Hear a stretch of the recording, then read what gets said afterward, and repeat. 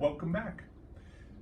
This is a recap of day 3 of the ATD International Conference and Exposition, and another great day of learning, right? Lots of great stuff. It started first thing in the morning with Priya Parker, who is an author, and she wrote the book, The Art of Gathering, and that's kind of what she talked about, but she deals with conflict resolution, which, you know, she went into her origin story.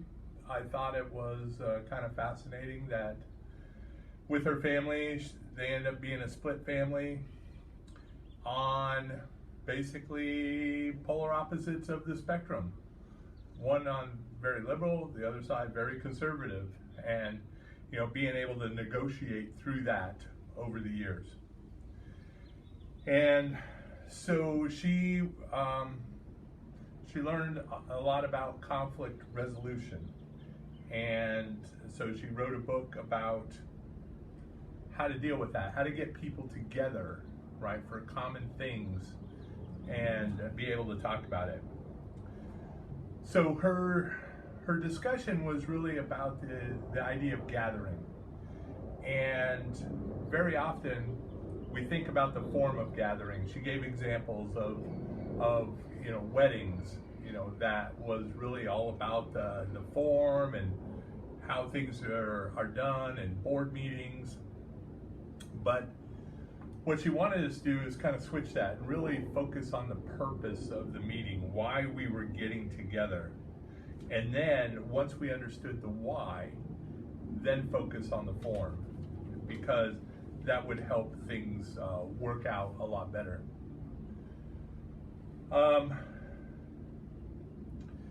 The goal is to make, you know, an activity, a gathering, memorable and transformative, right? And parts of that is we certainly have to be present, but it's a negotiation between the we, the larger gathering, and the I, what you want to get out of it individually, and you know, how to negotiate that where one is not overwhelming the other, and that there's a sense of balance. It was through some interesting exercises that, you know, she illustrated some of these points, and I thought were absolutely kind of brilliant. We were asked to, you know, get up and discuss different things with, you know, different people. And one of the first things was we behave based on the infrastructure. So where this kind of hit home was the classroom. That we want our classrooms to be very participatory and such, but we don't have classrooms set up that way. We have classrooms set up where the teacher is in front and everyone is facing the teacher. Yet in conference rooms, we have people around a table facing each other. So would the people who are in these meetings, in these board meetings, want to be in a classroom and where everybody is facing the front? No, they wouldn't do that. So why are we doing it in the classroom? She didn't mention that, but that's the thing that kind of clicked in my head.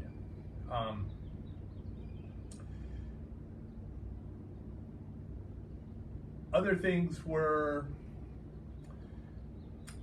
in the first 5% of what's happening is really what sets the tone for the meeting. What happens in that first 5% of that gathering determines whether you belong or whether you don't, whether this is your tribe or whether it's not. So it's important to make sure that we kind of set the stage, be inviting and be good hosts as we're bringing people on. Talked about hybrid a little bit, the use of chat. Some places they don't want chat to be used, other places you do, but if you're trying to build community, definitely recommend that you turn the chat on and allow them to use it. Okay.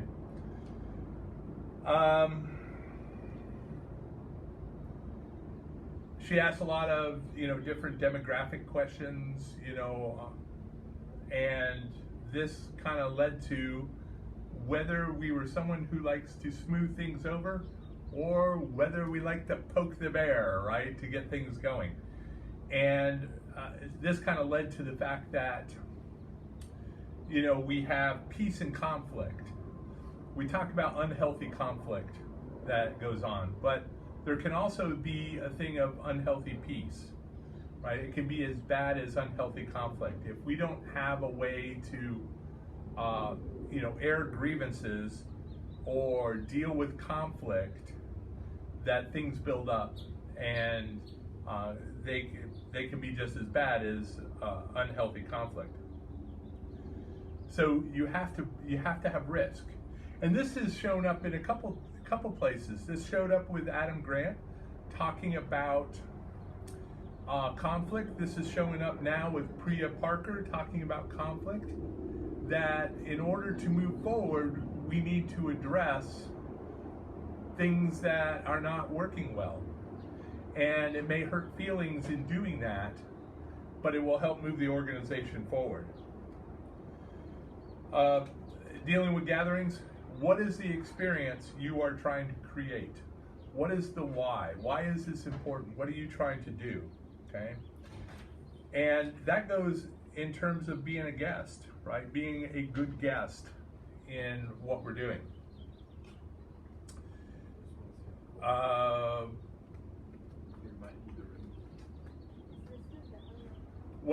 One of the things that she talked about added to a meeting because they were not getting enough problems identified is that they talked about the rose and the thorn, that spend a portion of the meeting, the first 5%, talking about going around the table, what's the best thing that happened of the week, but also what is the worst thing that happened.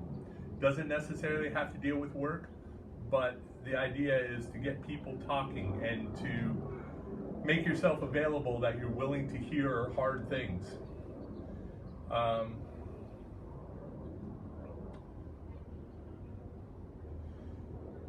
The start of the meeting, or the start of any meeting, starts with the invitation for that meeting, right?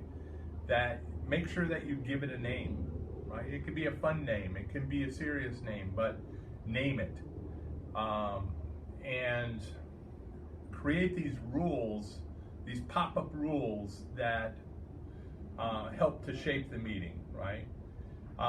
She gave an example at a party, for example, that you're going to have a party and you want to get people to talk. Make it a rule that you can go out and drink, right? Have something to drink, but you are not allowed to make the drink. You have to make drinks for other people.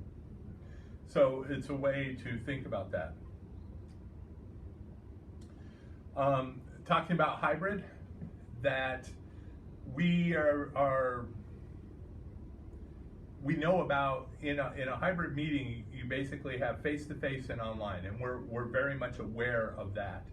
But there's also a third meeting, and that is where you're connecting the face-to-face to the online. That she mentions that you should have a host for the face-to-face and a host that is taking care of the online, right? That one person shouldn't be trying to do everything, and figuring out how to make that all work. Okay? And that your job as a host is to protect your community, but also challenge your community, and be able to speak up for members of that community in order to bring their issues forward. So lots of good stuff. That was from Priya Parker, so lots of good things coming out of that. I tried to go to another presentation, but they kind of, they insisted on scanning my badge. No one scanned it, but their goal was so they can market material to me, and I just was not in the mood, so I left that presentation. Later in the afternoon, I went to a presentation about escape rooms, and it was about designing engaging learning experiences. by building escape rooms. So the presenters, we played a variety of different games, and they walked through how to create a game. On the educational side, you're looking at what your objectives are, right? And that's key to everything that's dealing with this learning activity is focusing on the objectives. What are the tasks that are required for that objectives, and how do you assess it? So that's the educational piece. On the escape side of it is you're trying to find a theme, right? Thinking about the game mechanics, but having a narrative that brings things together.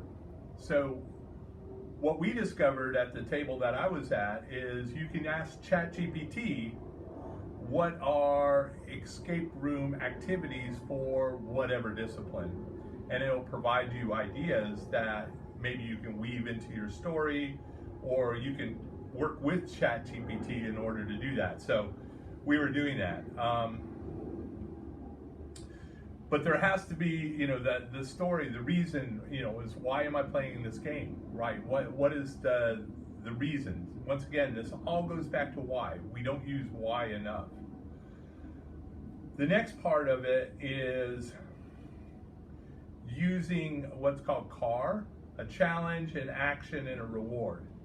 So having, a certain puzzle that they need to work out, what are the different tasks that are necessary for that puzzle, and what is the reward? How is that successfully completed? And the presenter, Rachel, she does this on a spreadsheet, so she has a column for challenges, actions, and rewards, and lists those. And once you have enough of these cars put together, you can start linking them together, making connections between them. So it was interesting. I enjoyed this. We shared a lot of different ideas for different puzzles that we could use, and I'm going to have to look up a book that they recommended. I don't have the exact name, so I'm not going to give it to you right now. But this was something that I want to play with, especially for work. The key is, once again, that whatever you're doing, it has to be linked to a learning objective, right? That it, otherwise, you're wasting a lot of people's time.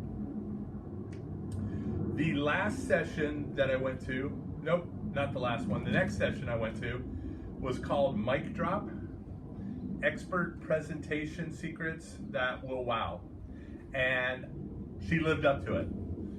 Bridget McGowan, top-notch presenter, absolutely crushed it. And she did so many clever things in her presentation. I just stole all kinds of ideas. So as the audience was forming, she was using a tool called Mentimeter in order to collect questions from the audience while we were gathering. And she was answering them as people were filling into their seats. So that's a great thing. Waiting for the presentation to start, using that time, asking questions, definitely a great way of doing it. She provided a wonderful hint. If you're presenting in front of a large crowd, use light on dark for your slides, right? So make the slides dark. They did stand out much better, absolutely. But make sure that there's still good contrast. But for smaller crowds and webinars, use dark on light. So that was a nice tip.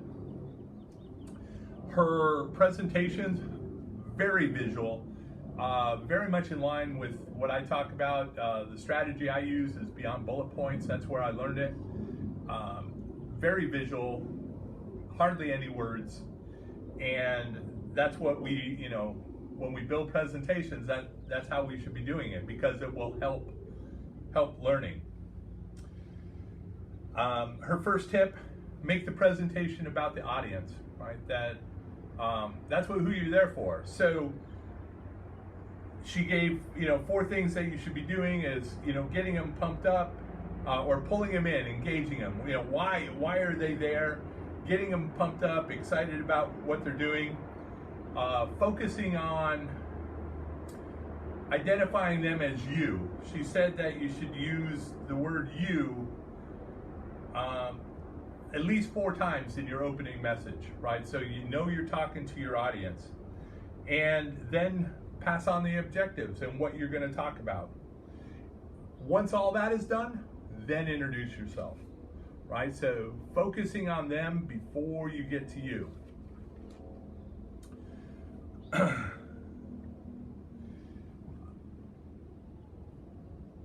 Other secrets are,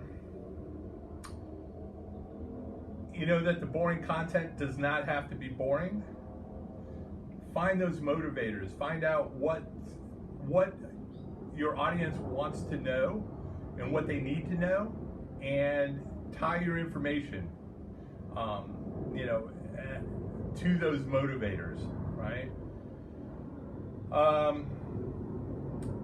She addressed also something, this is kind of a tangent, about having your audience, why do you need them to turn their video on, right? She's like, why? And she gave all the reasons, and these are things that I know. I don't get upset when somebody doesn't turn their video on, right? I've gotten past that, right? If they're still on Zoom, I just make the assumption they're still listening to me. But she emphasized, instead, just focus on making your content engaging, and that they will drop in. Making these small changes to your presentation. So I plan to give a presentation in the near future, on how to make better presentations, but some of the tips that she offered is stop asking these intro questions like, where are you from, right? What's your favorite cat? All that. Instead, focus on the essence of the presentation. What are they excited about in your presentation? What questions do they have? Right? Start asking those type of things right away. Gave great ideas for getting feedback from the audience, and standing up, turning, all kinds of different cool ways of doing that. Okay, but it really comes down to asking great questions as part of your presentation. If you want the audience to be involved, ask great questions. Right? What excites them? How are they going to use your content? What behaviors are they going to change because of your content? Right? Do those type of things, those type of questions.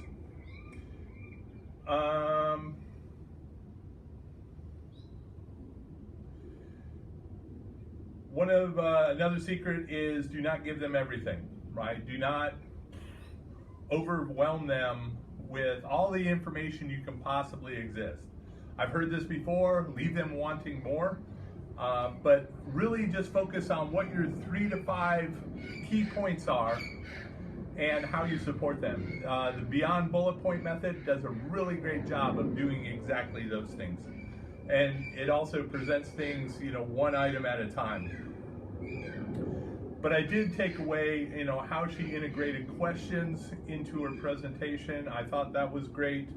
That is definitely something that I'm going to be doing. So, present for, say 10, 12 minutes, and then, throw in these questions in order to help the audience kind of digest what you're doing.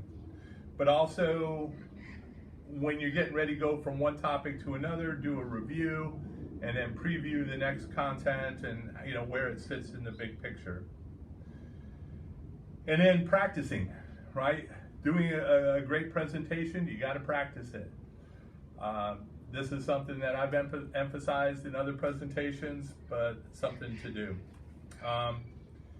And then she had 10 other secrets that she shared, and I hear them all the time. It's like, oh, this will be too overwhelming for you, or this is too much information, I'm sorry. Well, don't do it. Or, I'm sorry you can't read this slide. Well, build a better slide. Those type of things. So I'm glad that she added those type of things. So, a couple books. I'm looking forward to taking a look at them.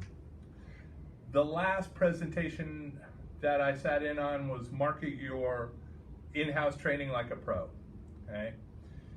And so I've always struggled with this, right? Getting the word out. You know, what am I allowed to do? I think I'm just going to start doing it.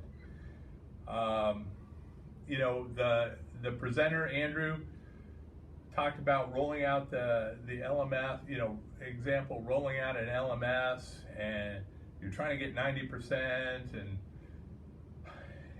as soon as you roll it out, things are going well, but then it bogs down, and then you become the login police, and you know, and so we can do a better job there. I have some critics in the background, I hear. So he gave 9 steps on how to do this. 1, know what your end user is, who they are, and number 2, what communication styles, you know, the timing of the communication, what's the preferred platform. Understand, number 3, that it doesn't work for everyone, so you'll have to use multiple communication styles. Number 4, be a good business partner. And yeah, just making sure that you're working with them rather than against them, trying to do things that are not in alignment.